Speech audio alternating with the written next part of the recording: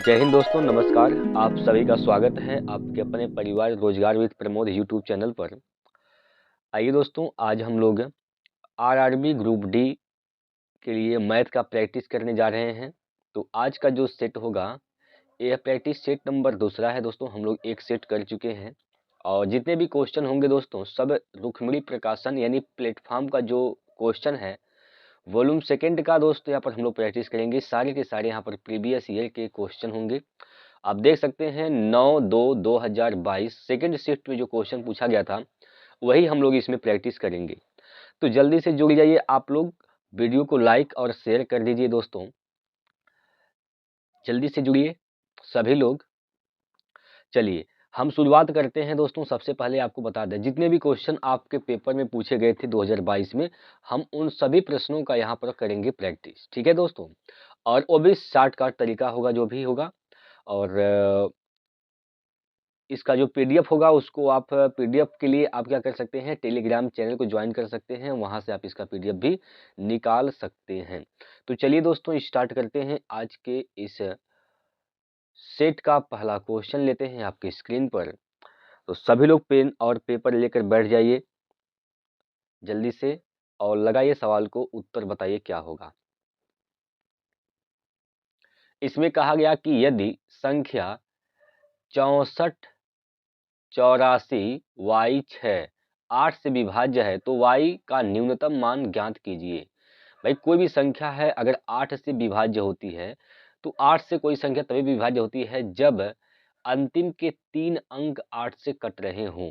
अंतिम के 3 अंक अगर 8 से कट रहे हों तो वह संख्या 8 से विभाज्य हो जाएगी। जैसे यहाँ पर क्या है, 64 है, 84 है, y है और 6 है। तो अंतिम के 3 अंक यहाँ पर आप देख पा रहे हैं। अंतिम के 3 अंक यहाँ पर ये है, ठीक है, 4 y 6। अगर यह 8 से कट गया तो पूरी संख्या 8 से कट जाएगी। अब न्यूनतम मान बताना है, 4 y 6/8। ध्यान से समझेंगे दोस्तों, यहाँ पर आपसे पूछा गया है न्यूनतम मान बताइए क्या होगा। अब यहाँ पर अगर y का मान अगर आप 3 लेते, न्यूनतम मान यहाँ पर क्या है, 1 है। न्यूनतम मान यहाँ पर क्या है, 1 है। तो सबसे पहले आप एक को रखिए, तो यह क्या हो जाएगा, 4 1 6 हो जाएगा बटे 8। यही होगा। y की जगह आप 1 रखेंगे तो 4 1 6 होगा बटे 8। 8 से भाग करेंगे, 8 5 40, 8 दूना 16 हो जाएगा, यानी 52 बार में ये कट रहा है। ठीक है, तो 1 रखने पर ये संख्या कट गई। इसका मतलब y का जो मान होगा, न्यूनतम मान कितना हो जाएगा, 1 हो जाएगा। न्यूनतम मान कितना हो जाएगा दोस्तों, 1 हो जाएगा। इसमें कोई दिक्कत है? इसमें कुछ नहीं दोस्तों, बस आपको विभाज्यता का नियम आना चाहिए। ठीक है, चलिए आगे चलते हैं अगले क्वेश्चन पर। और ये प्रश्न है दोस्तों आपके स्क्रीन पर। अब इसको आप लोग पढ़िए और उत्तर बताइए क्या होगा। चलिए, यहाँ पर बोला गया कि उस घनाभ का पृष्ठीय क्षेत्रफल ज्ञात कीजिए जिसकी लंबाई 6 सेंटीमीटर और चौड़ाई 7 सेंटीमीटर और ऊंचाई 8 सेंटीमीटर है।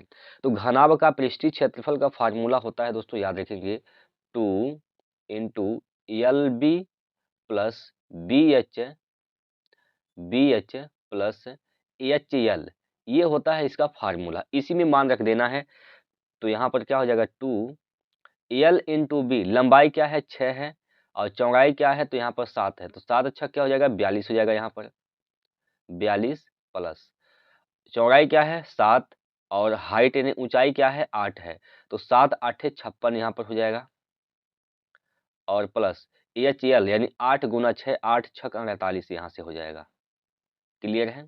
अच्छा, यहाँ पर जोड़ेंगे अगर आप, तो क्या हो जाएगा, यहाँ पर 8 2 10 6 16 के 6 हासिल का 1, और 4 5 9 9 5 14 1 15, ये होगा दोस्तों।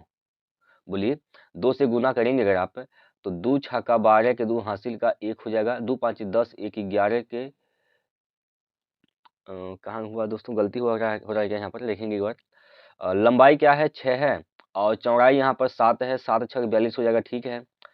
और 8 7 56 यहाँ पर भी सही है, और 8 6 48 यहाँ पर भी सही है। अच्छा, तो गलती कहाँ हो रहा है दोस्तों, देखिए जोड़ने में हो रहा है क्या गलती यहाँ पर। 8 6 14, 14 2 16, 14 2 16 कि 6 हासिल का 1 हो जाएगा, और 4 4 8, 8 5 13, 1 14 होगा दोस्तों। ठीक है, यहाँ पर 4 आएगा।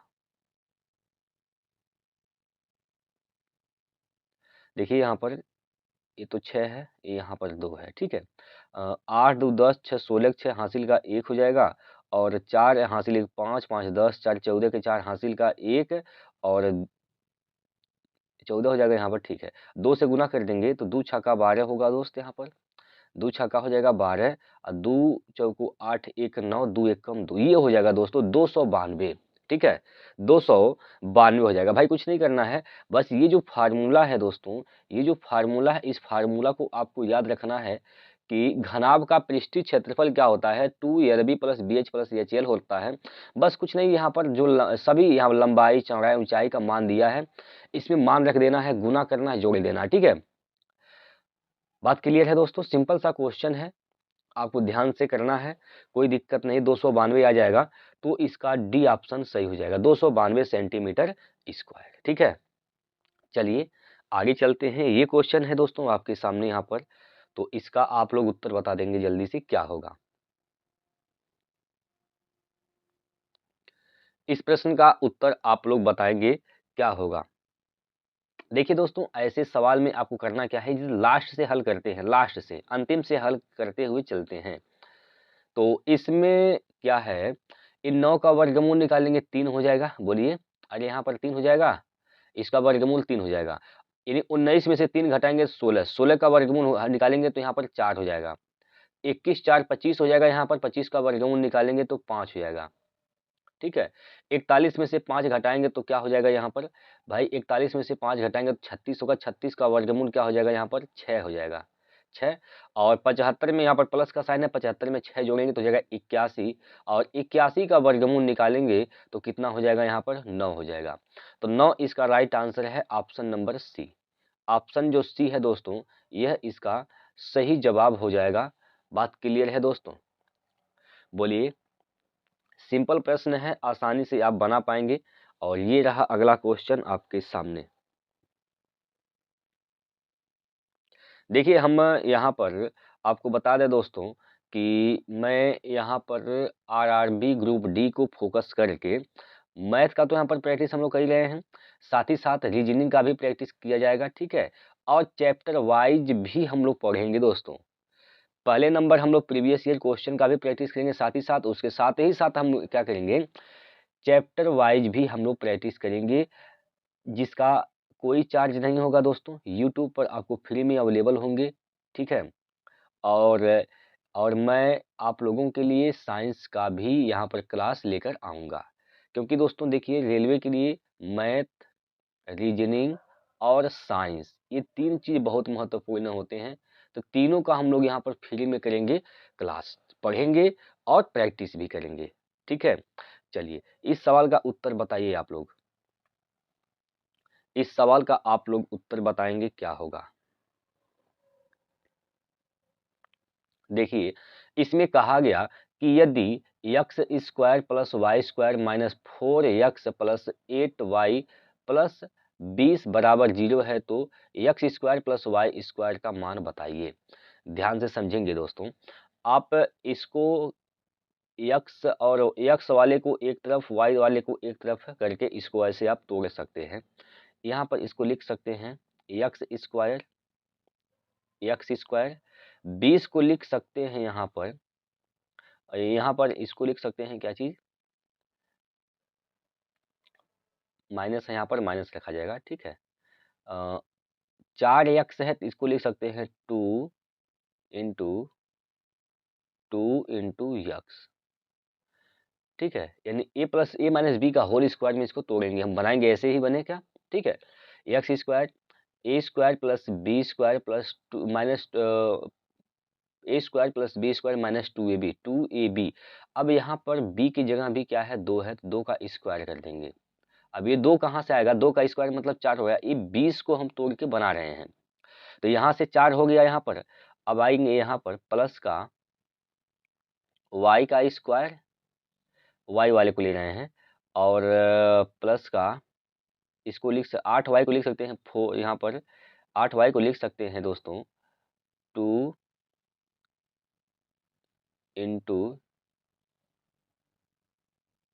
4 इंटू वाई। ठीक है, 8 हो गया यहाँ पर 8y, और प्लस अब यहाँ से 20 में से तो 4 यहाँ से हो गया भाई, 16 कम है, 16 का मतलब यहाँ पर हो जाएगा 4 का स्क्वायर, 4 का स्क्वायर, और बराबर इधर क्या बचेगा 0 है। ठीक है, अब यहाँ पर देखेंगे गौर से, यहाँ पर यहाँ से लेके यहाँ तक यह A square plus B square minus 2ab है, तो इसको आप लिख सकते हैं ए माइनस बी का होल स्क्वायर। बोलिए, ए माइनस बी का, बी की जगह क्या है 2 है, तो इसका होल स्क्वायर ऐसे लिख सकते हैं दोस्तों, और प्लस यहाँ पर ए प्लस बी का होल स्क्वायर है, तो यहाँ पर हो जाएगा y प्लस का 4 का होल स्क्वायर, और बराबर में क्या है तो 0 है। ठीक है, बराबर में क्या है दोस्तों, तो बराबर में यहाँ पर 0 हो जाएगा। आइए अब यहाँ पर हमें a माइनस बी का whole square plus y plus ए माइनस 2 का होल स्क्वायर और प्लस वाई प्लस 4 का होल स्क्वायर का सम जो है, योग जो है, हमें क्या लाना है 0 लाना है। तो करेंगे क्या, यहाँ पर करेंगे क्या, अगर हम यक्स की जगह 2 रख दें तो 2 में से 2 घटाएंगे 0, 0 का स्क्वायर 0 होगा, और y की जगह अगर आप माइनस का 4 रख देंगे, माइनस का 4 रख देंगे तो माइनस 4 प्लस 4 घटाएंगे 0 हो जाएगा, 0 का स्क्वायर 0, और 0 0 जब जोड़ेंगे दोस्तों 0 आ जाएगा, इस बात में कोई दिक्कत नहीं है। x का मान 2, y का मान माइनस 4, हमें X square plus Y square का मान निकालना है, X square plus Y square का मान निकालना है, तो x का मान 2, 2 दूना 4 हो जाएगा यहाँ पर, और प्लस y का मान 4, 4 चौको 16 हो जाएगा, 16 4 20, यहाँ पर इसका सही जवाब हो जाएगा सी ऑप्शन। ये आपको करना था दोस्तों, इस सवाल में बस इतना ही करना था। बात क्लियर है, आपको यहाँ पर दिमाग लगाना था, समझना था दोस्तों कि यहाँ पर क्या बन सकता है, उसी हिसाब से यहाँ पर आपको काम करने थे। इसमें कोई डाउट है तो बताइए। चलिए इस सवाल पर चलते हैं, और ये सवाल जो है अगला प्रश्न नंबर 5 आपके स्क्रीन पर है, तो आप लोग बताएंगे इसका राइट आंसर क्या होगा।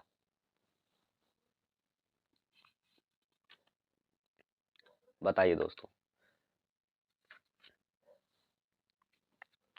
देखिए इसमें बोला गया है दोस्तों, इसमें बोला गया है कि ए और बी क्रमशः बिंदुओं एक्स और वाई से एक ही समय पर एक दूसरे की ओर चलना शुरू करते हैं। रास्ते में मिलने के बाद ए और बी को वाई और एक्स तक पहुंचने में क्रमशः 54 घंटे और पी घंटे का समय लगता है। यदि बी की चाल ए की चाल से 50% अधिक है तो पी का मान बताइए। बड़े ध्यान से समझेंगे दोस्त यहाँ पर। आइए इस बात को समझते हैं, यहाँ पर एक फार्मूला का यूज कर देंगे, S1 बटे S2 बराबर अंडर रूट T2 बटे T1, अंडर रूट T2 बटे T1 का। ठीक है, चलिए यहाँ पर बोला गया कि बी की चाल ए की चाल से 50% अधिक है, यानी पहला चाल ए का है तो ए का चाल क्या हो जाएगा, अगर 100 है तो बी की चाल 150 हो जाएगी, क्योंकि 50% ज़्यादा है, बराबर यहाँ पर रूट T1 कितना समय, पहला कितना समय लग रहा है यहाँ पर, तो क्या बोला गया, पहुँचने में क्रमशः 54 घंटे और पी घंटे लगते हैं, 54 घंटे और पी घंटे लगते हैं। तो 54 घंटा तो पहला समय है और पी घंटा दूसरा समय है, तो T2 पहले लिखा जाएगा यानी पी पहले हो जाएगा, बटे T1 यानी 54 यानी 5.4 है दोस्तों, यहाँ पर 5.4 यहाँ पर ये हो जाएगा। ठीक है, चलिए यहाँ से 0 से 0 कैंसिल, 5 से काटेंगे 5 दूनी 10, 5 3 15, ये हो जाएगा 2/3। इधर से वर्ग हटेगा तो ये संख्या अंडर रूट में हो जाएगी, सॉरी यहाँ पर अंडर रूट हटेगा तो संख्या स्क्वायर में हो जाएगी। तो यहाँ से हम कह सकते हैं 2 का स्क्वायर 4 हो जाएगा दोस्तों, और 3 का स्क्वायर 9 हो जाएगा, बराबर p बटे 5.4 होगा। ठीक ठीक है, चलिए 9 से काटेंगे 9 6 का 54, यानी 0.6 बार में कट जाएगा, तो P का मान हो जाएगा 6 चौको 24 यानी 2.4। 2.4 यहाँ पर P का मान आएगा। ठीक है, डी ऑप्शन 2.4। चलिए अगला क्वेश्चन। हाँ जी, लगाएंगे इस सवाल को। इसमें क्या कहा गया कि ए संबंधी बी का मान यहाँ पर 7 संबंधी 9, बी संबंधी सी का मान 15 संबंधी 7, ए बी सी का मान ज्ञात करना है। ए बी और सी का मान यहाँ पर आपसे पूछा जा रहा है, तो करना क्या है यहाँ पर देखिए। ए संबंधी बी क्या है, 7 संबंधी 9 है। बी संबंधी सी क्या है, तो 15 संबंधी 7 है, यहाँ पर 15 संबंधी 7 हो जाएगा। ठीक, यहाँ पर आ जाएगा जो खाली जगह है, यहाँ पर आ जाएगा 9 और यहाँ पर आ जाएगा 15। कटने वाले को काटेंगे, यहाँ पर 3 से काटेंगे, 3 त्रिक का 9, 3 त्रिक का 9 और 3 पाँचे 15, 7 पाँचे 35 यहाँ से हो गया और 15 तिया 45 इधर से हो गया, 7 त्रिक 21 यानी 35 45 21, 35 45 21 इसका सही उत्तर है ऑप्शन नंबर बी। ठीक, तो यहाँ पर इस प्रकार से आप अनुपात निकाल पाएंगे दोस्तों। आइए अगले क्वेश्चन पर, करिए इसको जल्दी से।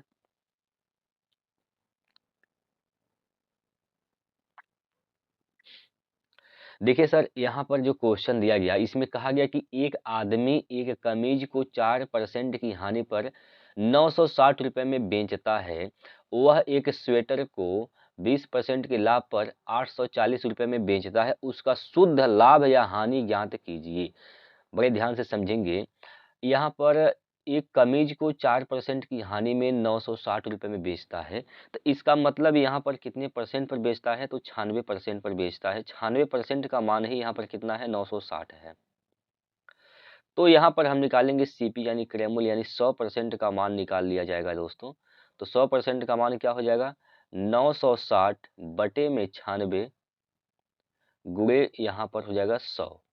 ठीक है, 96 से 96 कैंसिल एक बार में, तो ये हो जाएगा सीपी इसका 1000। सीपी क्या हो जाएगा, 1000। अब फिर एक स्वेटर है जो 20% के लाभ पर बेच रहा है, तो यानी 120% पर बेच रहा है। यहाँ पर 120% का मान कितना है, तो 840 है।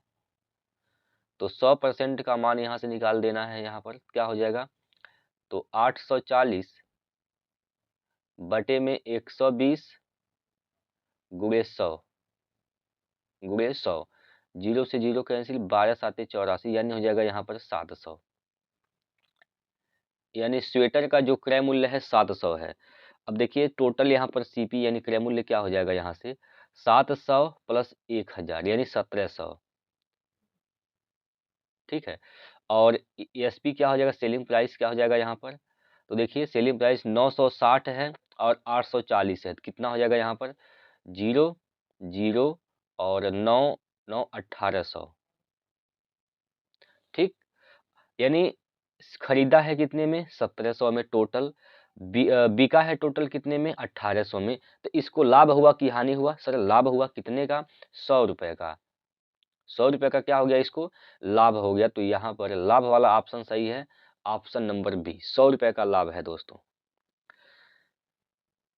100 रुपए का इसको लाभ है। चलिए अगला प्रश्न है, इस सवाल को बनाएंगे।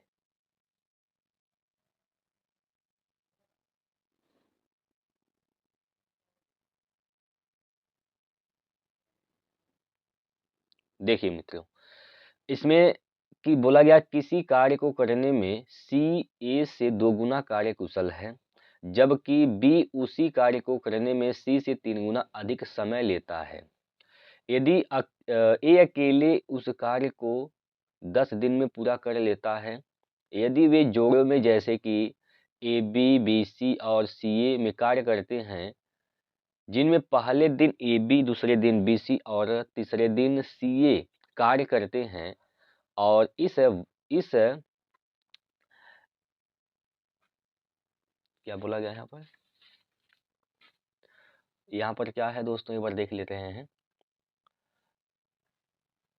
अच्छा, ये चक्र लिखा गया है, इस चक्र को पूरा करने तक जारी रखा जाता है।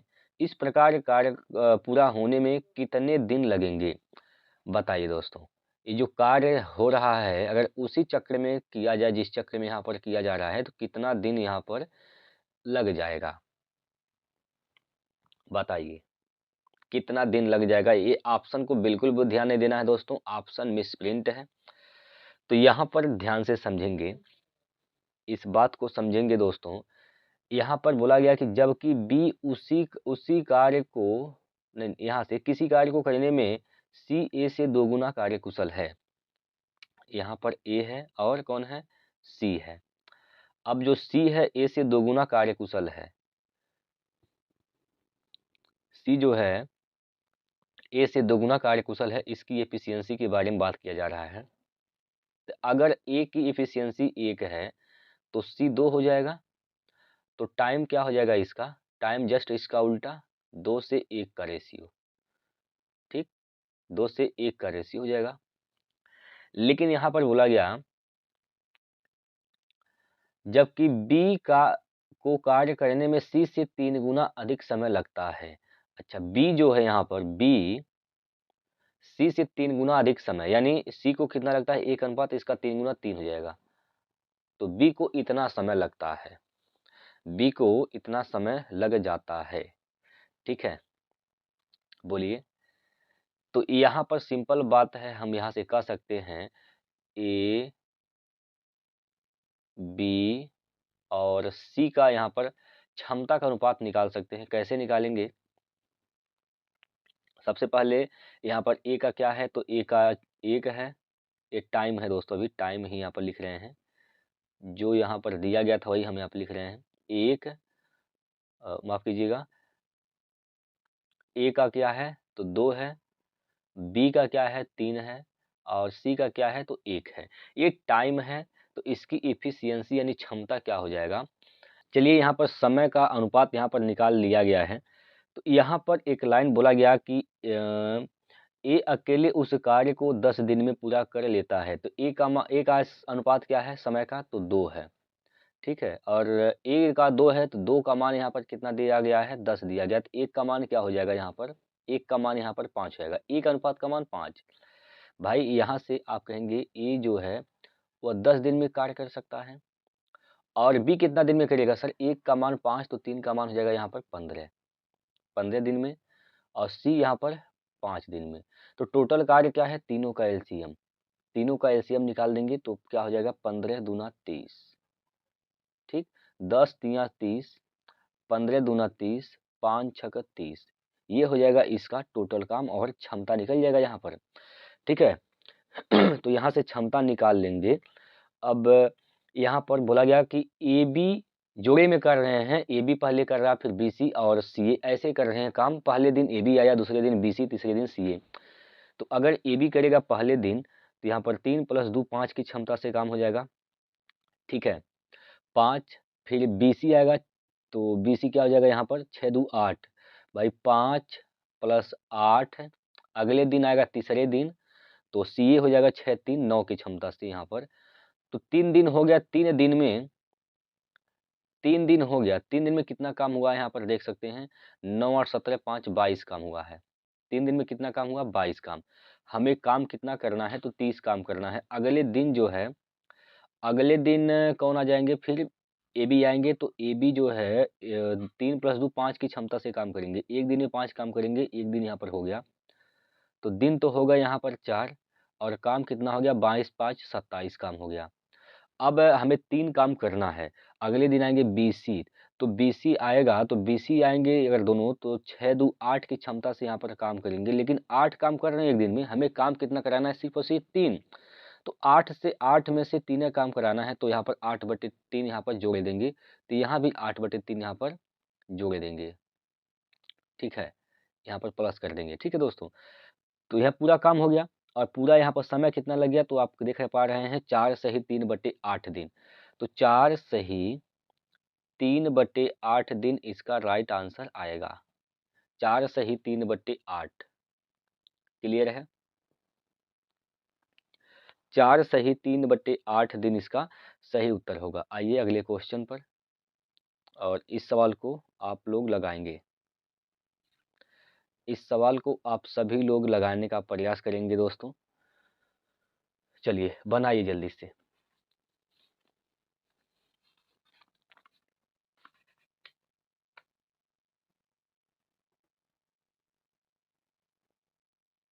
जल्दी से आप लोग बनाएंगे यहाँ पर।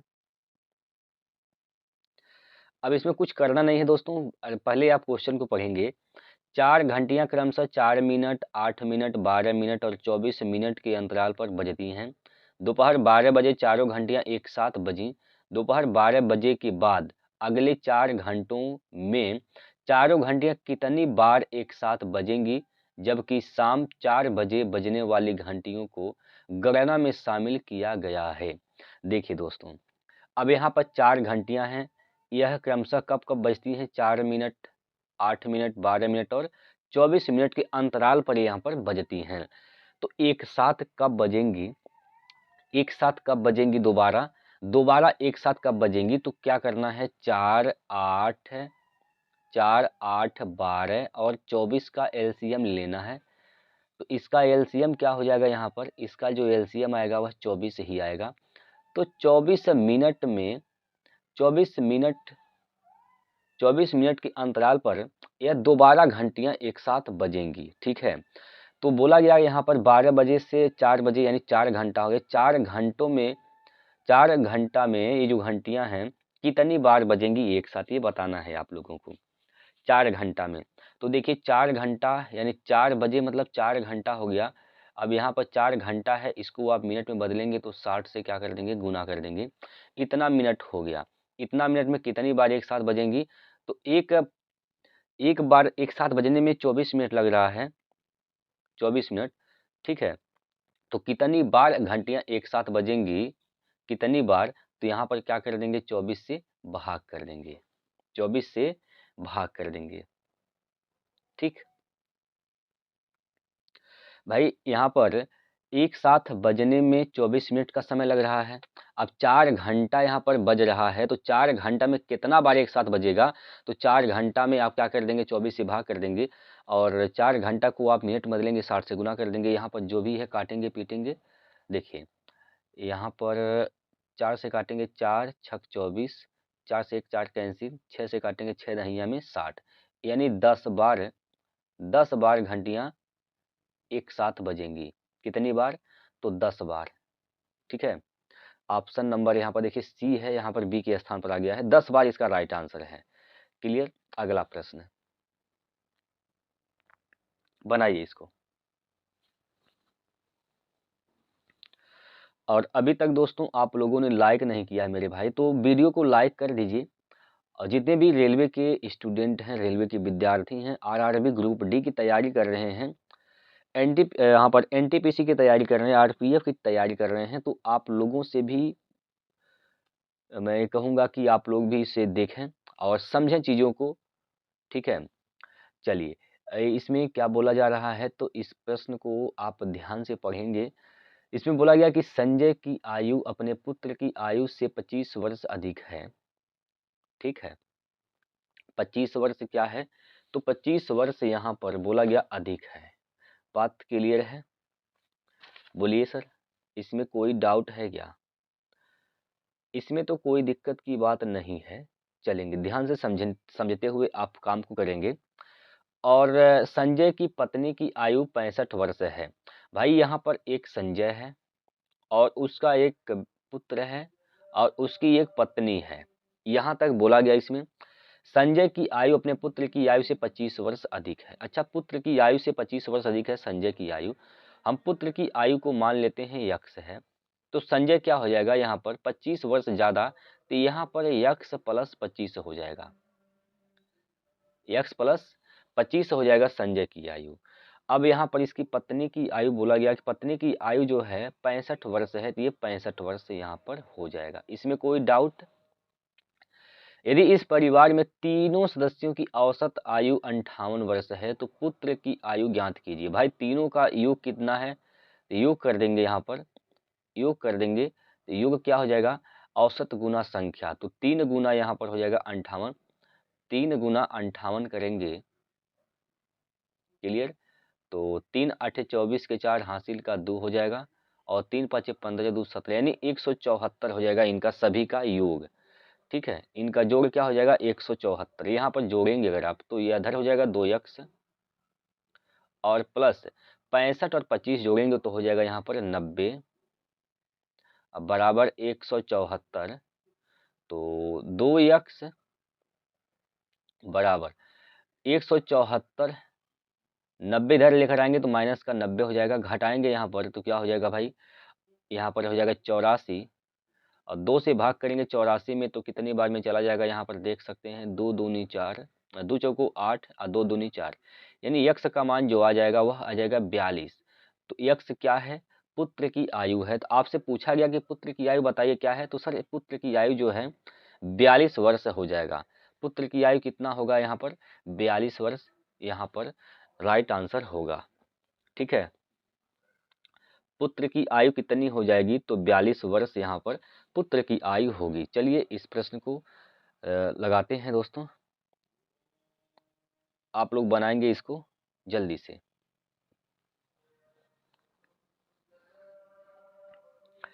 जल्दी से आप लोग इसका उत्तर बता देंगे फटाफट, क्या होगा इसका राइट आंसर।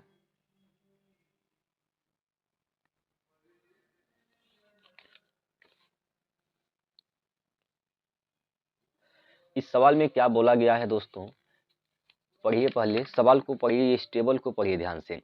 इसमें बोला गया कि निम्नांकित तालिका में दिए गए वर्षों में एक कंपनी की आर्थिक व्यय लाख रुपए में यहाँ पर दिया गया है, ताकि तालिका का ध्यानपूर्वक अध्ययन कीजिए और उसके आधार पर पूछे गए प्रश्न का उत्तर दीजिए। हाँ जी, ध्यान से समझेंगे। यहाँ पर ये टोटल यहाँ से लेकर यहाँ तक क्या है, तो आप देख पा रहे हैं यहाँ से यहाँ तक क्या है, सभी यहाँ पर क्या बोला गया कि मदें जिन पर व्यय हुआ है, तो ये पूरा का पूरा क्या है व्यय वाला दिया गया है। ठीक है, ये पूरा ही क्या दिया गया है, तो व्यय दिया गया है। अब इसमें बोला गया कि 2018 में सभी मदों पर कुल व्यय 2020 के सभी मदों के कुल व्यय का कितना प्रतिशत है। पहले 2018 का निकालेंगे, पहले आप इसका निकालेंगे, इस वाले का। ठीक है, इस वाले का यहाँ पर टोटल व्यय निकालेंगे। तो अगर आप सभी को जोड़ेंगे 361, 72, 4, 29.4, फिर 83, इन सभी को जोड़ना पड़ेगा। 2018 वाला निकालने के लिए क्या करेंगे, इन सभी को जोड़ेंगे। तो सबको जोड़ेंगे तो कितना होगा, सबको अगर जोड़ेंगे तो कितना हो जाएगा, बोलिए। जोड़ के बताइए क्या होगा, 549.4 आएगा। ठीक है, यहाँ पर 549.4 आएगा सबका सम, सबको जोड़ेंगे तो इतना आएगा।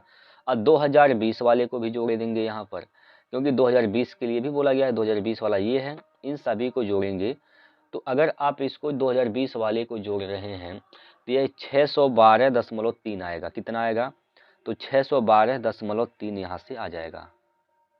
612 दशमलव का यहाँ पर क्या हो जाएगा, तो 3 हो जाएगा। अब बोला गया कि 2020 यहाँ पर 2018 के सभी मदों पर कुल व्यय 2020 में सभी मदों में के कुल व्यय का जिसके साथ का लगा होता है उसको लिखते हैं नीचे।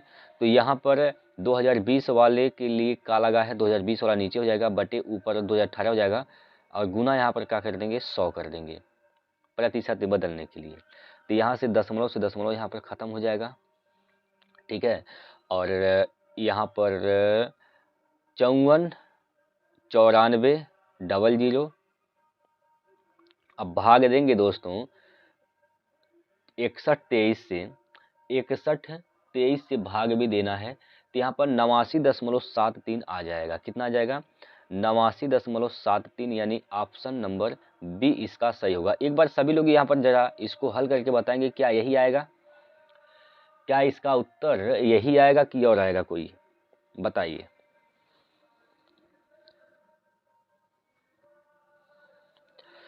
चलिए दोस्तों, इसका जवाब जो है आप लोग कमेंट करके देंगे, क्या यही इसका आंसर है कोई और है। चलिए यहाँ पर अगला प्रश्न यहाँ पर दिया गया है, तो आप लोग इसका भी उत्तर बताएंगे क्या होगा।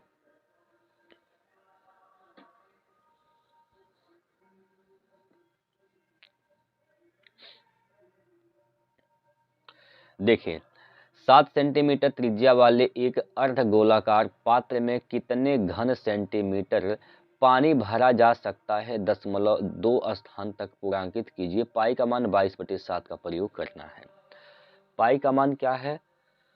तो 22/7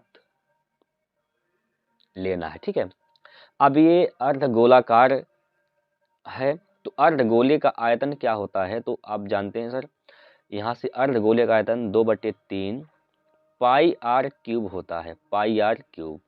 तो आप मान रख देंगे यहाँ पर 2/3, पाई का मान तो 22/7 हो जाएगा। यहाँ पर 22/7, आर का मान 7 है तो 7 का गुना 3 बार करेंगे, 7 गुना 7 गुना 7। ठीक है, ये 7 से 7 कैंसिल हो जाएगा और इसको आप गुना करेंगे, 7 7 49 दूना 98, 98 का गुना यहाँ पर 98 का गुना आप 22 में करेंगे तो क्या होगा? तो 2 चौको 2 8 16 हो जाएगा। यहाँ से हासिल का 1, 2 9 18 और 8 दूनी 16 और 8 6 14 यानी 34, 1 35 के 5 हासिल का 3 हो जाएगा। 2 9 18 18 3 21 हो जाएगा। यहाँ पर 21 56 बटे में 3 आ जाएगा, बटे में यहाँ पर 3 होगा। भाग करेंगे अगर तो देखिए 3 7 21, 3 7 21। शुरुआत किससे होगा दोस्तों? तो यहाँ पर शुरुआत जो है 7 से होगा। एक ही ये शुरुआत 1 से हो रहा है, शुरुआत 1 शुरुआत 6 से। एक ही ऑप्शन है जो शुरुआत 7 से हो रहा है, तो डी ऑप्शन इसका सही होगा। ठीक है, डी ऑप्शन इसका क्या हो जाएगा? सही उत्तर हो जाएगा। बात क्लियर है? तो चलिए अगला प्रश्न है यहाँ पर, इसको लगाते हैं। हरीश ने एक वस्तु 520 रुपये में खरीदी और इसे 30% की हानि पर रेणु को बेच दिया। इस राशि से हरीश ने एक अन्य वस्तु खरीदी और उसे 55% के लाभ पर बेच दिया। हरीश का कुल लाभ प्रतिशत ज्ञात कीजिए। हरीश को कुल कितने % का लाभ होता है, ये पूछा जा रहा है। तो देखिए यहाँ पर 520 रुपये में एक वस्तु खरीदा है और 30% की हानि पर इसने रेणु को बेच दिया है। तो कितने रुपए की यहाँ पर हानि हो जाती है? यहाँ से हानि निकाल ले रहे हैं, यहाँ पर हानि निकाल ले रहे हैं तो कितना हो जाएगा? यहाँ से 2 जीरो से ये 2 जीरो कैंसिल हो जाएंगे। 3 दूना 6, 3 5 15, 1 16, सॉरी 3 दूना 6, 3 5 15, यानी 156 रुपये की यहाँ पर इसको हानि हो रही है। 156 रुपये की हानि हो गई। अब भाई 520 रुपये का सामान खरीदा है, 30% की हानि पर बेचा है, कितने में वो बेचा है ये निकाल लेंगे। यहाँ पर वो बेचा है कितने में भैया? 70% पे बेचा है, यानी इतने रुपए में बेचा है। और इसी से प्राप्त इसी से पैसा से एक वस्तु खरीदा है और उसको वह 55% के लाभ पर बेचा है। तो यहाँ पर 55% के लाभ पर निकालेंगे कि कितने रुपए का यहाँ से लाभ कमाया है। देखिए भाई 520 रुपये में सामान खरीदा है और 30% की हानि पर बेचा, यानी 156 रुपये की हानि हो गई वहां से। अब वही 520 रुपये का जो सामान खरीदा था 30% की हानि पर बेचा, इसका मतलब कितने में बेचा है? तो 70% निकाल देंगे उसका, यानी 520 का 70% इतने में बेचा है। अब इस पे उसको हानि हुआ है कितने का? 55% का, तो 55 का मान निकाल देंगे। तो कितने का यहाँ पर 55 का लाभ हुआ है, तो 55 का लाभ होने से मतलब ये है कि कितने रुपए का उसको लाभ हो रहा है यहाँ पर। तो यहाँ पर देखिए क्या हो जाएगा, 2 जीरो से ये 2 जीरो कैंसिल हो जाएंगे। ठीक है, 2 जीरो से ये 2 जीरो कैंसिल हो जाएंगे, बाकी जो कटने वाला है उसको काट सकते हैं। 5 से काटेंगे 11 5 55, 5 से काटेंगे 5 दूनी 10 और 2 से काटेंगे तो यहाँ पर 2 दहियम 20 और 2 से इधर काटेंगे तो क्या हो जाएगा? 2 दूनी 4, 2 छक्का 12, 26 दूना 52 हो जाएगा। ठीक है, अभी आप इसको हल करेंगे, 26 गुना 7 गुना 11 करना है तो कितना हो जाएगा? यहाँ पर देख सकते हैं आप, 6 7 42 के 2 हासिल का हो जाएगा 4 और 7 दूनी 14, 14 4 18 हो जाएगा। 182 में गुना किसका करना है? 11 का, बटे क्या करना है? 10 करना है। तो यहाँ से कितना हो जाएगा? यहाँ पर 2, 8 2 10 की 0 हासिल का 1 हासिल का 1 और 8 1 9 1 10 की 0 हासिल का 1 1 1 2 इतना हो जाएगा। और दशमलव यहाँ पर लगाएंगे एक स्थान पर, यहाँ पर दशमलव लग जाएगा, ठीक है। यानी 202 भाग करेंगे 10 में, दशमलव एक स्थान पर लग जाएगा, 202.2 हो जाएगा। इतने रुपए की यहाँ पर क्या हुई है, लाभ हुई है। अब देखिए ओवरऑल कितने का लाभ हो गया इसको, तो ओवरऑल लाभ कितने का हो गया 0.2। 10 में से 5 गया तो बचेगा यहाँ पर 5, 9 में से 1 गया, नहीं सॉरी 10 में से 6 गया तो बचेगा यहाँ पर 4, 9 में से 5 गया तो बचेगा 4, ठीक है। यानी यहाँ पर 44.2 का लाभ हो रहा है। किस पर लाभ होता है दोस्तों, क्रय मूल्य पर। क्रय मूल्य क्या है 520 है, 520 गुणे 100, ठीक, गुणे 100 कर देंगे। अब यहाँ से एक जीरो से ये जीरो कैंसिल हो जाएगा और दशमलव से एक जीरो ये भी कैंसिल हो जाएगा।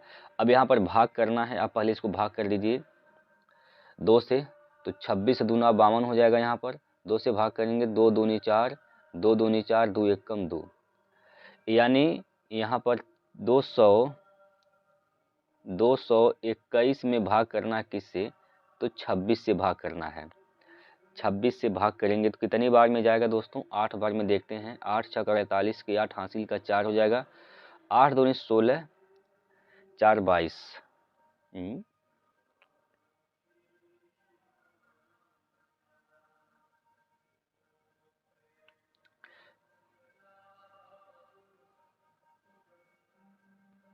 अरे भाई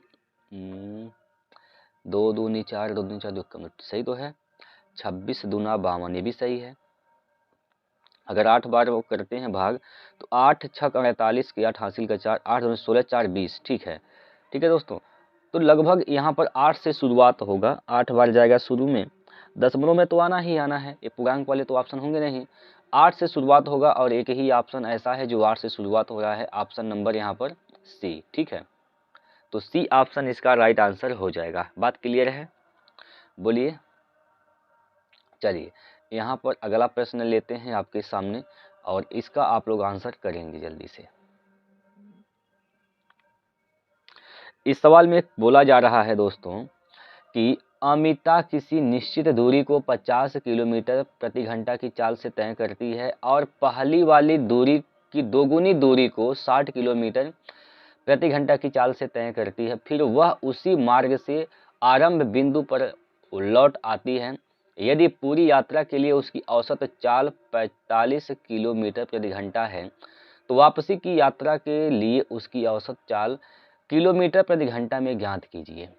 चलिए किलोमीटर प्रति घंटा में उसकी वापसी की गति बतानी है दोस्तों, तो इसका उत्तर क्या होगा आप लोग बताएंगे जल्दी से।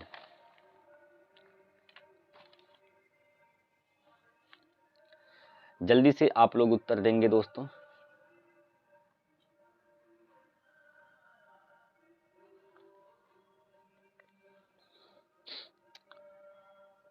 यहाँ पर हम टोटल दूरी मान लेते हैं। टोटल दूरी क्या मान लेंगे यहाँ पर, तो ध्यान से समझेंगे। टोटल दूरी क्या मानेंगे, 50 और 60 का एलसीएम, तो 50 और 60 का एलसीएम क्या हो जाएगा, तो 300 हो जाएगा। तो इसका डिस्टेंस हम मान लेते हैं टोटल 300 है। क्या है, 300 है। अब यहाँ पर बोला जा रहा है कि यहाँ पर 300 किलोमीटर की दूरी को 300 किलोमीटर की दूरी को 50 के स्पीड से तय करता है। 300 किलोमीटर दूरी को 300 टोटल दूरी हो गया। टोटल दूरी 300 नहीं है, मतलब प्रारंभिक दूरी क्या है, 300 हो गया। अब इसका दोगुना दूरी, तो दोगुना यहाँ पर क्या हो जाएगा, 600।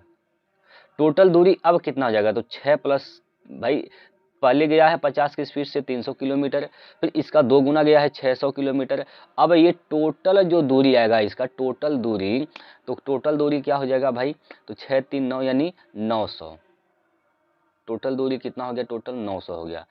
अब इसको कैसे तय किया है, तो इस बात को समझेंगे, यहाँ पर गौर से देखेंगे।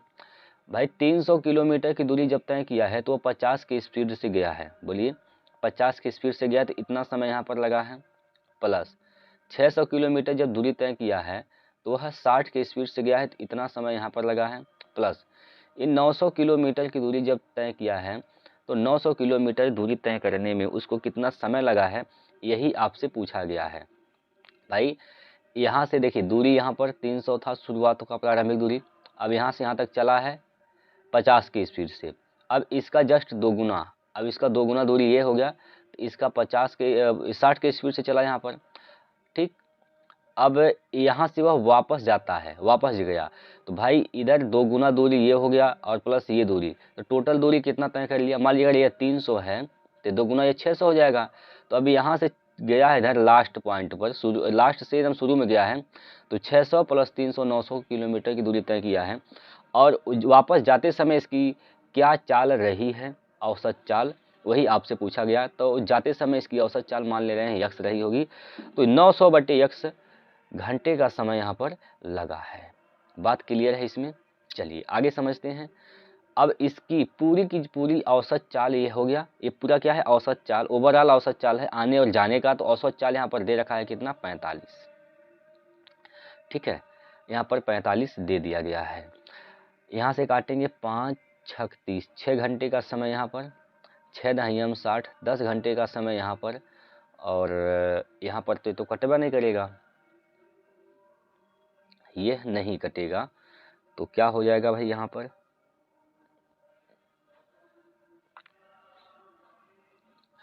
बोलिए।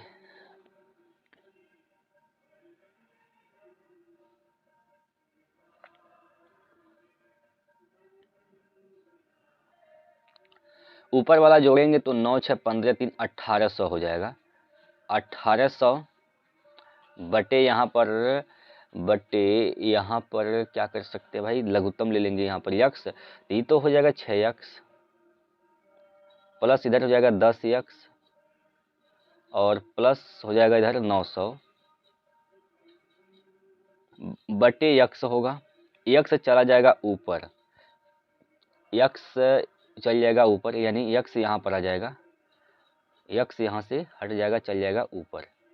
बात क्लियर है? देखिए बराबर इधर क्या है, 45 है।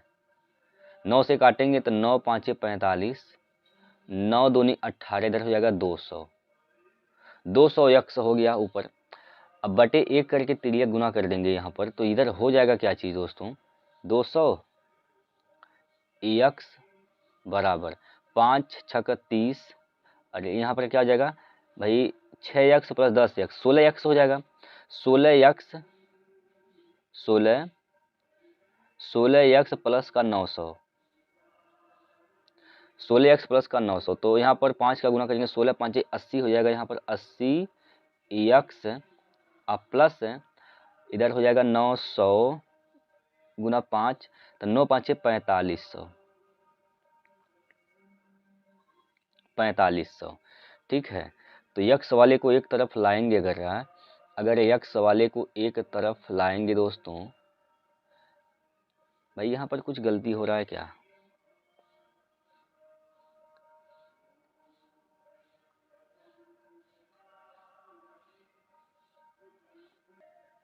देखिए सब कुछ सही है दोस्तों, कोई दिक्कत नहीं है, कोई गलती वलती नहीं है, सब सही है।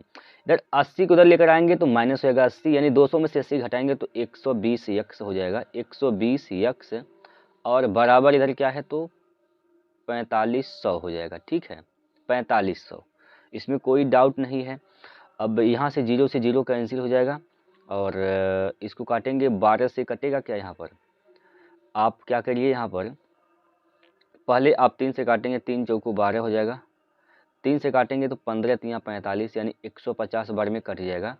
4 से काटेंगे यहाँ पर, 4 तियाँ 12 हो जाएगा, 3 बचेगा, 4 तियाँ 12, 3 बचेगा, हो जाएगा 30, 4 7 28, 2 बचेगा, हो जाएगा 20, 4 5 20, यानी यहाँ पर यक्स का मान कितना हो जाएगा तो 37.5 आ जाएगा, ठीक है। यानी इसकी जो वापसी की यात्रा के लिए औसत चाल क्या हो जाएगा, 37.5 किलोमीटर प्रति घंटा, 37.5 किलोमीटर प्रति घंटा, बी ऑप्शन इसका सही है। ये है दोस्तों इसका पूरा कैलकुलेशन, बस इतना करना, थोड़ा सा जब आप प्रैक्टिस कर लेंगे ना दोस्तों, तो आपका यही कैलकुलेशन फास्ट हो जाएगा, आप समय को बचा पाएंगे। बात क्लियर? चलिए अगला सवाल है, इसको लगाइए।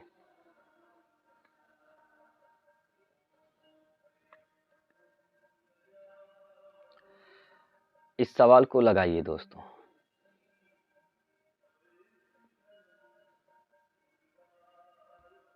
चलिए आपको करना क्या है मैं बता देता हूँ। इन दोनों को एक साथ हल करेंगे, इन दोनों को एक साथ हल करेंगे, दोनों का लघुत्तम लेके हल करना है। तो आप लोग बताएंगे जरा इसका कौन सा ऑप्शन सही होगा कमेंट करके, ठीक है।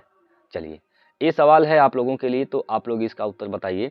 इसमें बोला गया कि यदि किन्हीं आंकड़ों का माध्य 28.5 है और माध्यिका 32 है तो मूलानुपाती सूत्र का उपयोग करके उनका बहुलक ज्ञात कीजिए। बहुलक बराबर होता क्या है दोस्तों? बहुलक बराबर क्या होता है? 3 माध्यिका माइनस 2 माध्य। तो 3 माध्यिका 3 से गुना करना, इसमें 3 दूना 6 हो जाएगा, 3 3 9 96 हो जाएगा, माइनस 2 माध्य। तो 2 5 10 के 0 हासिल का 1, 2 8 16 1 17 हासिल का 1 और 2 दूनी 4 1 5, ये हो जाएगा। दशमलव यहाँ पर लगा देंगे, ठीक है। तो अब इसको घटाएंगे, इसको घटाइएगा तो यहाँ पर कितना आएगा? घटाइए कितना हो रहा है? 16 में से 7 गया तो 9, 8 में से 5 गया तो 3, यानी बहुलक जो आएगा जाएगा वह 39 आएगा। कितना आएगा? 39। तो सी ऑप्शन इसका सही हो जाएगा, 39। क्लियर है? बहुलक कितना आएगा दोस्तों? तो बहुलक इसका 39 आ जाएगा यहाँ पर, सी ऑप्शन। चलिए अगला प्रश्न,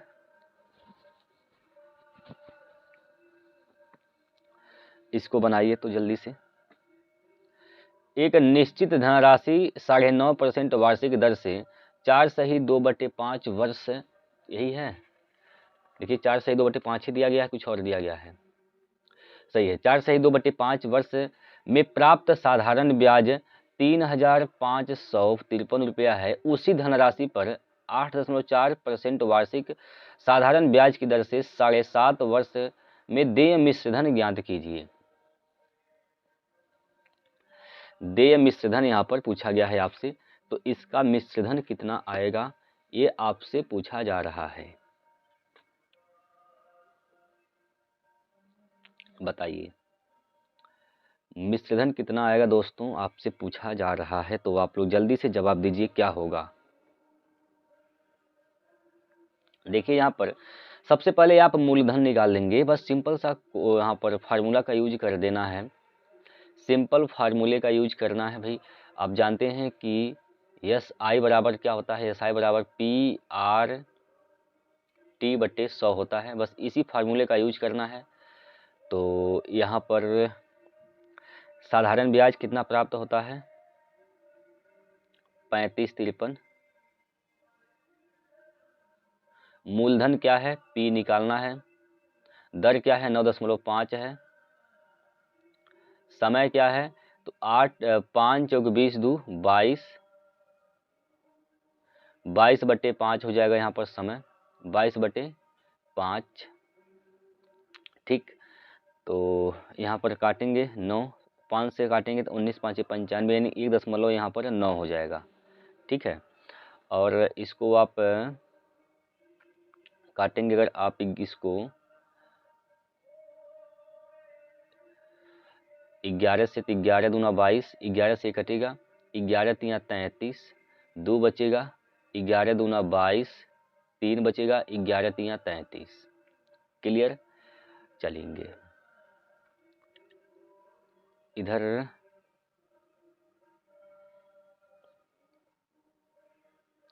इसको आप अगर काटते हैं 19 से, तो 19 दूना 38, नहीं 2 बार में नहीं जाएगा, 19 से 2 बार में नहीं जाएगा, कितनी बार में जाएगा भाई?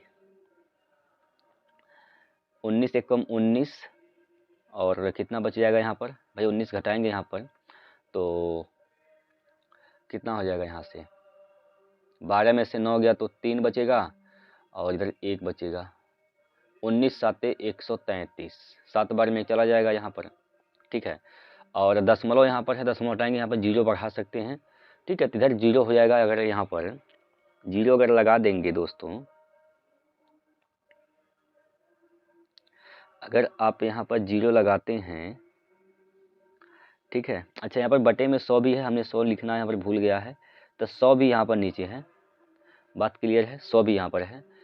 तो इधर तो आ गया 170, अगर 2 से भाग कर देते हैं तो 2 8 16, 1 बचेगा, 2 5 10, यानी 85 बार में कट जाएगा। 85 का गुना किस में करना है, 100 में कर देना है, तो ये 85 100 हो जाएगा। यानी इसका जो मूलधन आएगा वह 85 100 आ जाएगा। मूलधन कितना आ जाएगा, 85 100। अब इसी 85 100 पर दोस्तों 7.5% वार्षिक दर से 8.4 7.5 वर्ष में 8.4% वार्षिक साधारण ब्याज की दर से मिश्रधन बताना है। क्या बताना है, तो मिश्रधन बताना है। मिश्रधन क्या होता है, मूलधन प्लस ब्याज होता है, मूलधन प्लस ब्याज होता है। तो ये आपका 100% का मान है। कितने परसेंट का मान है, तो ये 100% का मान है। अगर ये 100% का मान है तो मिश्रधन क्या होता है, 100 प्लस ब्याज। तो देखिए ब्याज कितना हो जाएगा, यहाँ पर देख सकते हैं 8.4 का 7 दूनी 14, 15/2 हो जाएगा। 15/2, 2 से भाग करेंगे, 2 दूनी 4, 2 एकम 2, अरे सॉरी 2 चौको 8, 2 दूनी 4, 42 हो जाएगा। यानी 15 दूना 30 के 0 हासिल का 3, 15 चौको 60, 3 63, यानी 63% क्या है यहाँ पर, ब्याज है। 63% यहाँ पर दोस्तों ब्याज आ जाएगा। तो 163 का मान निकालना है। 100% का मान 85 100 है, तो 1% का मान 85 हो जाएगा। तो 163 का मान निकालना है तो 85 से यहाँ पर गुना कर देंगे। तो इकाई अंक क्या आएगा, तो 5 या 15, इकाई अंक 5 आएगा। इस 2 जीरो वाले तो ऑप्शन गलत हो जाएंगे, जीरो वाले ऑप्शन क्या हो जाएंगे, तो गलत हो जाएंगे। अब इसको आपको हल करना है, तो यहाँ पर हल करिए, या फिर आप इसमें डिजिटल सम लगा सकते हैं। तो डिजिटल ही सम लगा दीजिए, क्या हो जाएगा यहाँ पर 6 3 9 खत्म हो जाएगा। यहाँ से 1 8 5 13 का मतलब क्या हो जाएगा 4, 4 1 कम 4। तो इसका डिजिट सम 4 आ रहा है। जिसका ऑप्शन डिजिट सम, जिस ऑप्शन का डिजिट सम 4 आएगा वही इसका राइट आंसर हो जाएगा। तो 8 1 9 खत्म, 5 4 9 खत्म, ये तो 5 आ रहा है, ये तो सही नहीं है। 8 1 9 खत्म, 5 5 10 3 13 मतलब 4, ये इसका डिजिट सम 4 आ रहा है और यही इसका सही उत्तर होगा। ठीक है, यही इसका सही उत्तर होगा, सी ऑप्शन।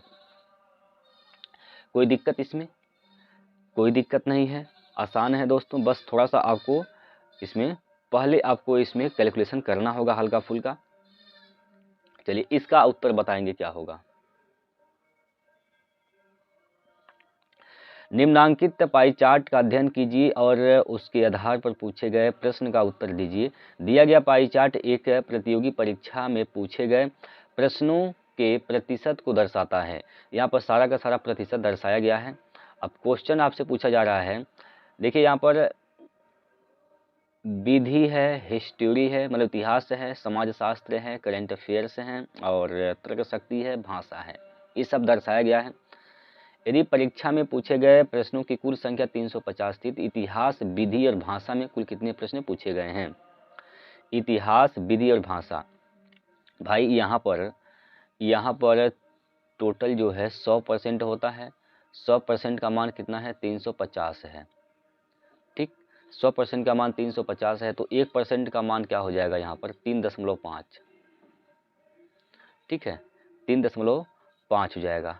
ठीक है, विधि क्या बोला गया है यहाँ पर, इतिहास, विधि और भाषा।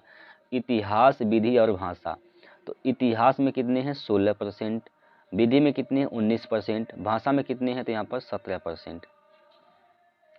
भाषा में कितने हैं, तो भाषा में दोस्तों यहाँ पर 17% है, यहाँ पर देख सकते हैं 17% है। तो तीनों कितना हो जाएगा, यहाँ पर तीनों को जोड़ेंगे, अगर आप तीनों को अगर जोड़ते हैं तो कितना हो जाएगा, यहाँ पर देख लीजिए 9 7 16, 6 22 के 2 हासिल का 2 और 1 1 2 1 3 1 4, 42 हो जाएगा। बोलिए 42 आएगा यहाँ पर, 42 आएगा 52 आएगा। देखिए यहाँ पर 9 6 15 7 22, 52 आएगा दोस्तों, 52 आएगा, 52%। तो 52% का मान यहाँ पर निकालना है। 1% का मान 3.5 है, तो 52 का मान 3.5 में गुना कर देंगे। 3.5 में क्या किया जाएगा यहाँ पर, तो गुना कर दिया जाएगा। ठीक है, बोलिए भाई। तो 35 दूना 70 के 0 हासिल का 7, 35 5 5 5 25 के 5 हासिल का 2 और 5 से 15 2 17, इसमें 7 जोड़ना भी है, तो 7 8 15 हो जाएगा, सॉरी 7 5 12 हो जाएगा, यहाँ से 12 और 8 1 .1 का स्थान पर यहाँ लगा देंगे, तो 82 जो है इसका सही उत्तर आएगा, 82। ठीक है, 182 इसका राइट आंसर हो जाएगा, ऑप्शन बी। चलिए दोस्तों अगले प्रश्न पर, और ये प्रश्न आपके सामने है, तो आप लोग इसका उत्तर बताएंगे जल्दी से।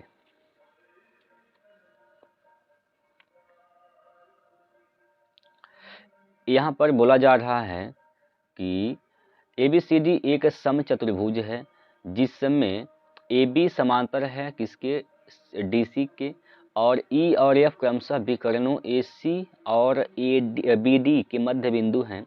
यदि AB बराबर 28 सेंटीमीटर है, BC बराबर 15 सेंटीमीटर है, DC बराबर 40 सेंटीमीटर है और AD बराबर 9 सेंटीमीटर है, तो EF की लंबाई सेंटीमीटर में ज्ञात कीजिए। आइए दोस्तों समझते हैं।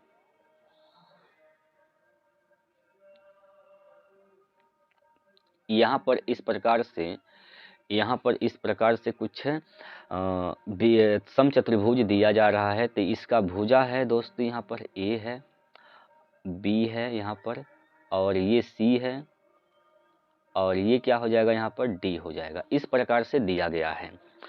अब AB ये जो है इसके समानांतर है, समांतर है, ये दोनों क्या है आपस में, ये समांतर भुजाएं हैं। ठीक है, अब इसके दो विकर्ण भी यहाँ पर हैं, तो यहाँ पर विकर्ण यहाँ पर बना दे रहे हैं दोस्तों, देखिए इस प्रकार से इसके विकर्ण हैं। अब विकर्ण इस प्रकार से है, बोला गया कि E और F क्रमशः विकर्ण AC और BD के मध्य बिंदु हैं। भाई AC का मध्य बिंदु यहाँ पर, AC का मध्य बिंदु क्या है, तो आप देख पा रहे हैं AC का मध्य बिंदु दोस्तों यहाँ पर क्या है, E है। अगर ये मध्य बिंदु है ये, तो ये क्या हो जाएगा, यह E है, और ये कौन सा है, तो ये F है, मध्य बिंदु F है।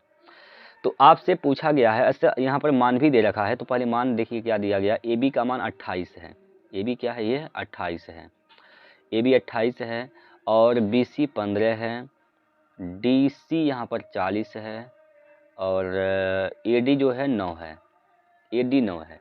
तो आपसे EF का मान पूछा गया है, इसका मान पूछा जा रहा है। ठीक, EF का मान यहाँ पर आपको निकालना है। तो EF का मान निकलेगा कैसे, समझेंगे। EF का मान निकलता कैसे है, तो देखिए EF का मान निकालने के लिए क्या करेंगे, 1/2 समांतर भुजाओं का अंतर। तो समांतर भुजाओं का अंतर करेंगे तो क्या हो जाएगा, 40 में से 28 घटाएंगे तो बचेगा यहाँ पर 12, 2 से भाग करेंगे, 2 छक्का 12, तो EF का मान क्या हो जाएगा, यहाँ पर 6 हो जाएगा।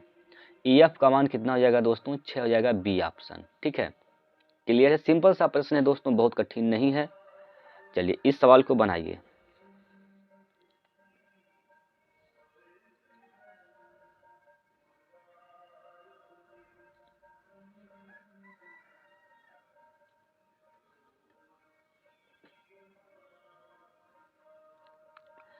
जल्दी से इसका उत्तर बताइए। तो यहाँ पर देख रहे हैं 20, यहाँ पर क्या है 20 + 20 tan square theta, tan square A है, बट नीचे क्या दिया गया है, तो 50 + 50 cot स्क्वायर A दिया गया है। ठीक है, तो यहाँ से अगर 20 कॉमन ले रहे हैं तो इधर क्या बचेगा, अगर 20 कॉमन ले लेंगे तो 1 + tan स्क्वायर थीटा हो जाएगा, मतलब स्क्वायर A हो जाएगा, और बटे में 50 कॉमन ले लेंगे अगर, तो 1 + cot स्क्वायर A हो जाएगा। ठीक है, चलिए आगे समझते हैं। 1 + tan स्क्वायर A का मान जो होता है वह होता है सेक स्क्वायर A। तो यहाँ पर हो जाएगा 2/0 से 0 कट जाएगा, तो 2/5 हो जाएगा, यहाँ पर 2/5 sec square A, sec square A हो जाएगा। अब बटे नीचे 1 + cot स्क्वायर मतलब कोसेक स्क्वायर A हो जाएगा यहाँ पर। कोसेक स्क्वायर ए हो जाएगा। ठीक है, चलिए, तो सेक का क्या होता है 1/cos, इसका कोसेक का क्या होता है 1/sin, तो 2/3 2/5 ये हो जाएगा क्या, साइन चल जाएगा ऊपर, कास चल जाएगा नीचे, तो साइन स्क्वायर बटे कास स्क्वायर, तो क्या हो जाता है टेन स्क्वायर,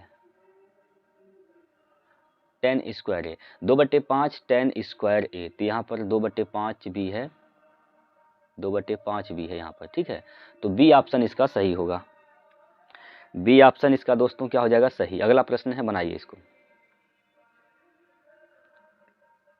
एक व्यक्ति को 12 घंटे में 150 किलोमीटर की दूरी तय करनी है। यदि वह इस दूरी को 2/3 भाग निर्धारित समय के 5/8 है भाग में तय करता है, तो शेष दूरी को शेष समय में तय करने के लिए उसकी चाल किलोमीटर प्रति घंटा में 1 दशमलव स्थान तक पूर्णांकित करना कितनी होगी, ये बताना है दोस्तों। तो ध्यान से समझेंगे भाई, 150 किलोमीटर की दूरी है, टोटल कितना दूरी है 150 किलोमीटर की, और ये 150 किलोमीटर की दूरी को वो 12 घंटे में तय करना चाहता है, लेकिन 2/3 भाग को निर्धारित समय के 5/8 भाग में तय कर लेता है, तो शेष भाग कितना बचता है दूरी का भी, तो 1/3 भाग बचता है, मतलब यहाँ पर 50 किलोमीटर अभी दूरी उसको चलना है। अब ये 50 किलोमीटर दूरी अभी उसको तय करना है, तो शेष समय का भाई जो समय था उस शेष समय का भाई 12 का 5/8 भाग समय तो यहाँ पर ले लिया है, तो शेष समय कितना बचा है 3/8 भाग बचा है, इतना समय में तय करेगा इस शेष दूरी को, तो ये इसका चाल हो जाएगा। भाई दूरी बट्टे समय क्या होता है, चाल होता है। ठीक है, तो देखिए यहाँ पर क्या हो जाएगा, 4 से काटेंगे 4 दूनी 8, 4 से काटेंगे 4 तियाँ 12, 3 त्रिका 9, यानी 50 का गुना 2 में कर देंगे, यहाँ पर 2 चलेगा ऊपर, 50 दूना 100 हो जाएगा, अब बटे नीचे क्या हो जाएगा 9, तो 9 एक कम 9, 9 एक कम 9, 9 एक कम 9, तो मतलब यहाँ से आ जाएगा कितना 11.1 किलोमीटर प्रति घंटा इसका आंसर आ जाएगा। ठीक है, 11.1 किलोमीटर, डी ऑप्शन। ठीक है, चलिए इसको लगाइए।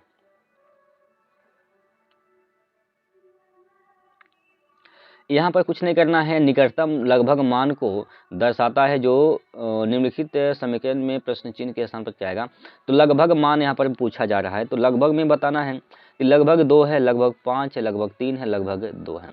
तो देखिए यहाँ पर क्या हो जाएगा भाई, यहाँ पर क्या होगा बताइए, यहाँ पर क्या हो जाएगा दोस्तों, तो लगभग में बताना है, तो यहाँ पर 2 हो जाएगा, प्लस का इधर 5 हो जाएगा, माइनस का 3 हो जाएगा, गुना यहाँ पर 2 हो जाएगा, 2 3 6 हो जाएगा, 5 में से 6 गया तो माइनस का 1 बचेगा, -1 प्लस का 2 घटाएंगे तो प्लस का 1 हो जाएगा, प्लस का क्या होगा 1 होगा, तो ए ऑप्शन इसका सही है। ठीक, ये लगभग में पूछा जा रहा है, तो लगभग में ऐसे मान निकाला जाता है। चलिए इस सवाल को बनाइए।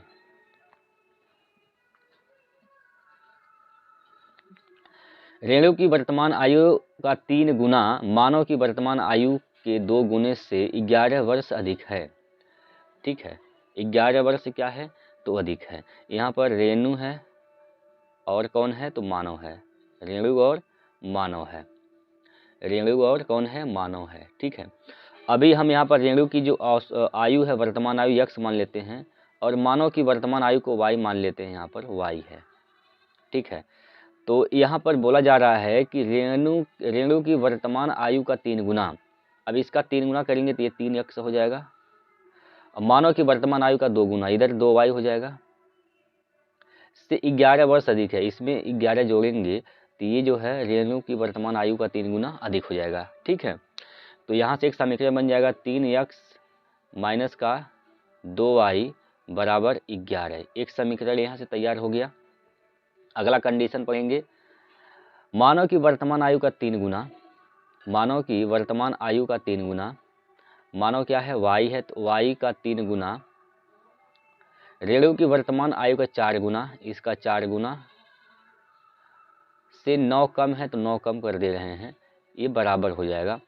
तो अगर इसको उधर लेकर आते हैं तो यहाँ पर क्या हो जाएगा 4x, इसको उधर लेकर आएंगे 3y को तो माइनस का 3y हो जाएगा, और ये 9 को उधर लेकर जाएंगे तो बराबर प्लस का 9 हो जाएगा। एक समीकरण यहाँ से बन गया, 2 समीकरण तैयार हो गए। अब पूछा जा रहा है कि रेणु और मानव की वर्तमान आयु का योग बताना है, यानी यक्स वाई का मान यहाँ पर आपको निकालना है। तो यक्स का मान निकालने के लिए मैं शॉर्टकट तरीका बता रहा हूँ, ध्यान से समझेंगे। यक्स का मान निकालने के लिए शॉर्टकट तरीका बता रहा हूँ जरा। यक्स का मान निकालना है तो जिसका मान निकालना उसको ढक लेते हैं भाई। यहाँ पर एक समीकरण ये है, एक समीकरण ये है, इसी से हल करना है। तो बाकी जो बचते हैं यहाँ पर तिर्यक गुना कर देंगे, तो 2 का गुना यहाँ पर 9 में करेंगे, 2 का गुना किस में करेंगे, 9 में करेंगे। तो 9 दूनी 18, माइनस का 18 हो जाएगा, यहाँ पर माइनस का 18 हो जाएगा। और 11 का गुना 3 में, तो 11 3 33, दोनों का अंतर निकालते हैं, माइनस का 33, माइनस माइनस प्लस हो जाएगा, यहाँ प्लस का 33 यहाँ पर हो जाएगा बटे। अब यक्स वाई इधर बराबर में जो दिया गया है ना, यहाँ पर 11 और 9, इसको ढक लेंगे, बाकी इधर जो बचता है यक्स वाई, इसका और इसका यहाँ पर तिर्यक गुना करेंगे। 3 का गुना 3 में तो 9, और 4 का गुना 2 में 4 दूनी 8, अंतर निकालेंगे तो क्या हो जाएगा यहाँ पर, बोलिए। अंतर निकालेंगे तो 1 हो जाएगा, यानी घटाएंगे यहाँ पर 13 में से 8 गया तो 5 बचेगा, और यहाँ पर 2 में से 1 गया तो 1 बचेगा। यानी यक्स का मान 15 हो जाएगा। वाई का मान भी ऐसे ही निकाल लेंगे, जिसका मान निकालना उसको ढक लेंगे, तो वाई वाले को ढक लेंगे। बाकी 9 का गुना 3 में करेंगे, 9 3 27 यहाँ से हो जाएगा, माइनस 11 का गुना 4 में 11 44, माइनस का 44, माइनस माइनस प्लस हो जाएगा यहाँ पर 44, सॉरी माफ कीजिएगा, प्लस नहीं है, 11 जो है माइनस में नहीं है, प्लस में ही है। तो 11 44 यहाँ पर माइनस का 44 ही होगा, ठीक है, माइनस 44 हो जाएगा, माइनस 44। हालांकि यहाँ पर माइनस नहीं लेना है, क्योंकि यहाँ पर बड़े में से छोटा वाला घटाना होता है, तो डिफरेंट का साइन लगा देंगे, बटे नीचे क्या हो जाएगा, वापस से फिर वही काम करेंगे, बराबर वाले यानी 11 और 9 को ढक लेंगे, बाकी 3 इसका गुना इसमें और इसका गुना इसमें करना है, ठीक है, तिर्यक। तो यहाँ पर फिर वापस से एक ही आएगा, 44 में से 27 घटाएंगे तो 14 में से 7 गया तो 7 बचेगा यहाँ पर, और 3 में से 2 गया तो 1, यानी 17 बचेगा। तो यक्स प्लस वाई का मान निकालना है, तो क्या हो जाएगा भाई, 15 प्लस का 17, 7 5 12, यानी 1 1 2 1 3 32। तो इनका जो जोड़ आ जाएगा 32 आएगा, पहला ऑप्शन, ठीक है। इनका जो सम आएगा वह 32 आ जाएगा। बात क्लियर है? अगर ये नहीं समझ में आया है दोस्तों तो एक बार बता दीजिए आप कमेंट करके, इसको दोबारा मैं आप लोगों को समझा दूंगा। अगर दो समीकरण है उसको हल करने का ये सबसे आसान तरीका होता है, इस शॉर्टकट तरीका होता है, ठीक है। चलिए अगला प्रश्न है, इसको बनाइए। तो इसका मान क्या होगा बताइए, इसका मान क्या होगा, आप लोग जल्दी से बताएंगे। यहाँ पर भाग का साइन है, ठीक, ये भाग का साइन है।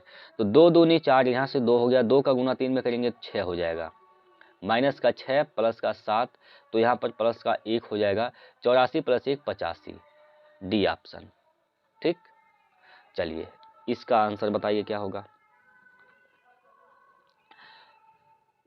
सवाल कुछ इस प्रकार से है, 5x स्क्वायर, 5x स्क्वायर, सवाल को एक बार, यहाँ पर सवाल जो है गलत है, गलत टाइप किया गया है दोस्तों, इसको नहीं देखना है। यहाँ पर सवाल कुछ इस प्रकार से है, 5x स्क्वायर माइनस यहाँ पर 3x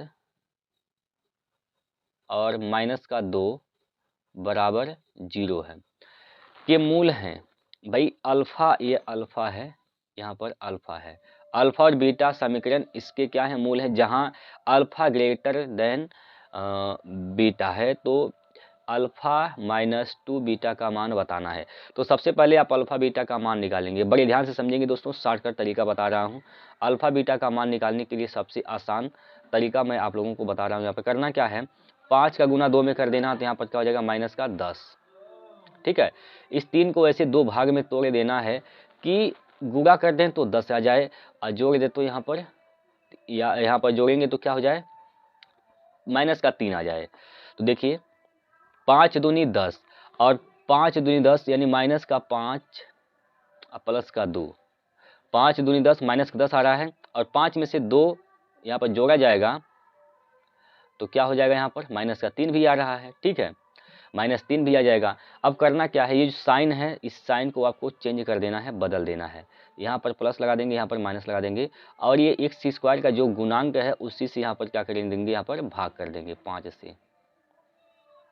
ठीक, तो यहाँ तो हो जाएगा 1 और ये हो जाएगा -2/5। तो अल्फा बीटा का मान निकल गया। अल्फा का मान 1 है, -2 गुना बीटा का मान क्या है, तो माइनस का यहाँ पर 2 हो जाएगा, बटे में 5 हो जाएगा।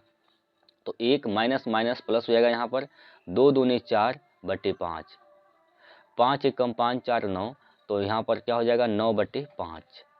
9/5 इसका राइट आंसर है दोस्तों। 9/5 इसका सही उत्तर है। क्लियर है, बोलिए। 9/5 इस प्रश्न का राइट आंसर है ए ऑप्शन। चलिए इस सवाल को लगाइए।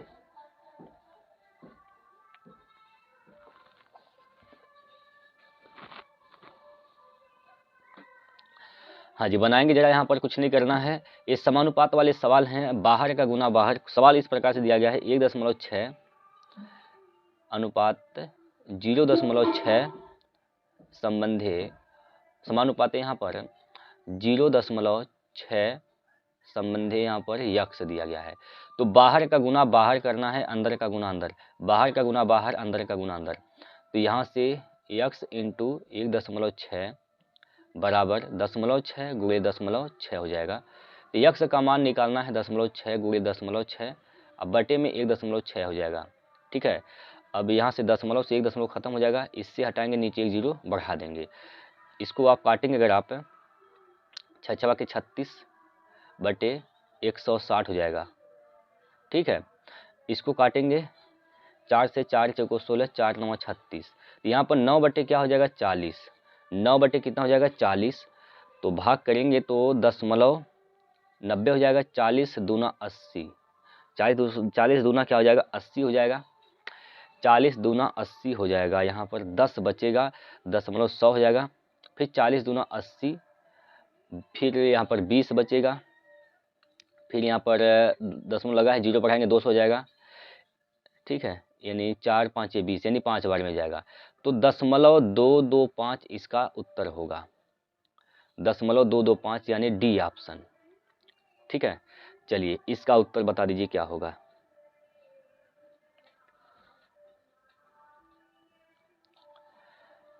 एक समबाहुभुज के अंतः कोणों का योग इसके बहिष्कोणों के योग से 200% यहाँ पर क्या है अधिक है। बहुभुज के प्रत्येक अंतः कोण का माप x डिग्री है, तो x का मान बताइए क्या होगा। चलिए दोस्तों ध्यान से समझेंगे, इस सवाल में बहुत बेहतरीन सा प्रश्न है, बहुभुज का प्रश्न है दोस्तों, सिंपल सा क्वेश्चन है लेकिन टेक्निकल प्रश्न है। इसमें गौर से समझेंगे, बहुभुज के बहिष्कोण का योग क्या होता है, बहिकोण का योग क्या होता है, बहिष्कोण का योग क्या होता है,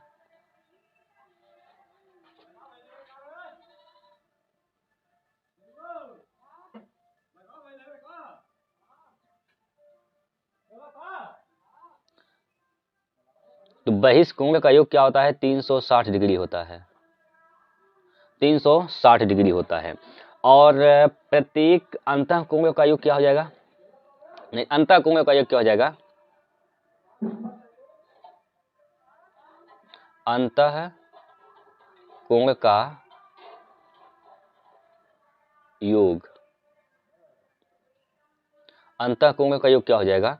तो यहाँ पर बोला गया है कि बहिष्कोण के योग से 200% अधिक है, तो बहिष्कोण क्या है 360 है, 200% अधिक मतलब 300% हो जाएगा।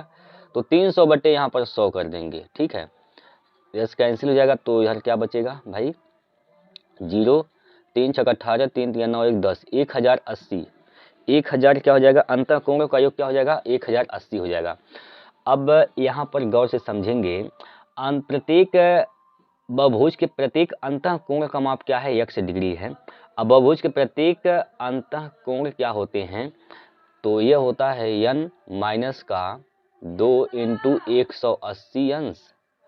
ठीक, बटे यहाँ पर n कर देते हैं और इसी का मान, इसका मान कितना दे रखा है, ये क्या है, यह है योग है भाई। अंतःकोण का योग कितना होता है, अंतःकोण का योग क्या होता है तो n माइनस 2 इंटू 180 और ये दे रखा है कितना 1080 बट्टे यहाँ पर क्या हो जाएगा n हो जाएगा। तो यहाँ से हम n से n काट देंगे, यहाँ पर n से n कट जाएगा, ठीक है।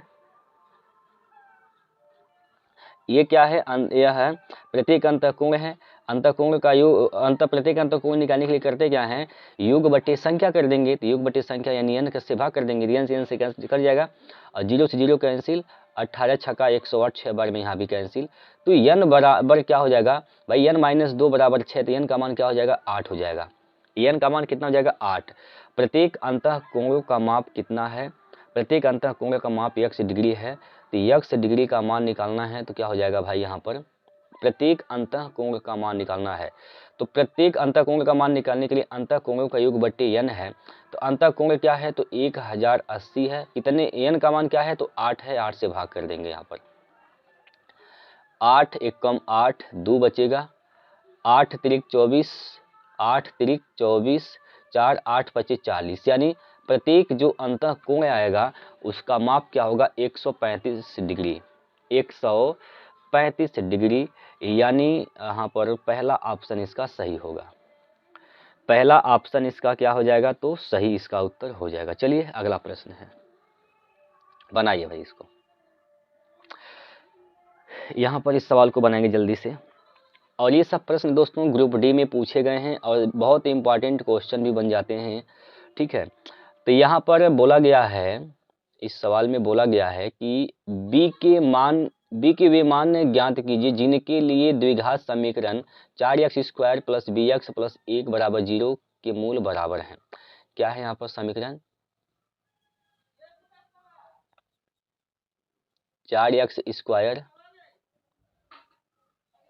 प्लस bx प्लस का 1 बराबर क्या है 0 है, ठीक है। चलिए तो यहाँ पर मूल क्या है बराबर हैं, तो यहाँ पर विविधकर का फार्मूला लगा देंगे आप। विविधकर d बराबर क्या होता है, d बराबर b स्क्वायर माइनस 4ac होता है, ठीक है 4ac। तो d का मान हो जाएगा 0 बराबर b स्क्वायर माइनस 4ac। तो इधर जब लेकर जाएंगे तो b बराबर b स्क्वायर बराबर क्या हो जाएगा 4ac हो जाएगा, ठीक है। तो b का मान निकालना है हमें, तो b का मान अंडर रूट में 4ac होगा कि नहीं होगा, 4ac हो जाएगा। चलिए मान रखिए भाई, सब मान रखिए, a b c का मान रखेंगे यहाँ पर। तो यहाँ पर रूट में 4 इंटू a का मान क्या है तो 4 है, c का मान 1 है। तो इसका जब वर्गमूल निकालेंगे तो ये प्लस माइनस में आता है 4। हमेशा रूट से जब बाहर निकलता है तो प्लस माइनस में आता है, इसके दो उत्तर होते हैं, प्लस और माइनस दोनों होता है। तो यहाँ पर प्लस माइनस 4 आएगा, यानी प्लस में भी 4 माइनस में भी 4, तो ए ऑप्शन इसका सही होगा। बात क्लियर है दोस्तों, बोलिए बताइए। अभी दोस्तों हम लोग 28 प्रश्न कर चुके हैं और ये सवाल जो है रेलवे ग्रुप डी में पूछा जा चुका है, आप लोग देखबे किए हैं। तो आप लोग बताएंगे जरा इसमें कौन सा ऐसा क्वेश्चन रहा जो कठिन लगा, आप लोगों को समझने में दिक्कत है, कमेंट बॉक्स में आप लोग जरूर बताइएगा, ठीक है। बाकी दोस्तों आप लोग प्रैक्टिस करते रहिए। पीडीएफ के लिए क्या करिए, आप लोग टेलीग्राम चैनल ज्वाइन कर लीजिए और उसका लिंक मैं डिस्क्रिप्शन में दे दूंगा, तो वहाँ से आप लोग ज्वाइन कर लीजिएगा। जो भी डाउट है दोस्तों आप निसंदेह पूछ सकते हैं, कोई बात नहीं है। हम लोग यहाँ पर प्रैक्टिस करेंगे, मैथ का भी रीजनिंग का भी करेंगे और चैप्टर वाइज हम लोग पढ़ेंगे भी, ठीक है। साइंस का भी मैं आप लोगों को प्रैक्टिस भी कराऊंगा, पढ़ाऊंगा भी, ठीक है। तो आपको बिल्कुल भी घबराने की आवश्यकता नहीं है, जुड़े रहना है दोस्तों। अभी तक जो लोग चैनल को सब्सक्राइब नहीं किए हैं तो कर लीजिए दोस्त, शेयर कर दीजिए, लाइक कर दीजिए, ठीक है। चलिए फिर हम लोग कल मिलते हैं अगले सेट को लेकर, तब तक के लिए जय हिंद, जय भारत।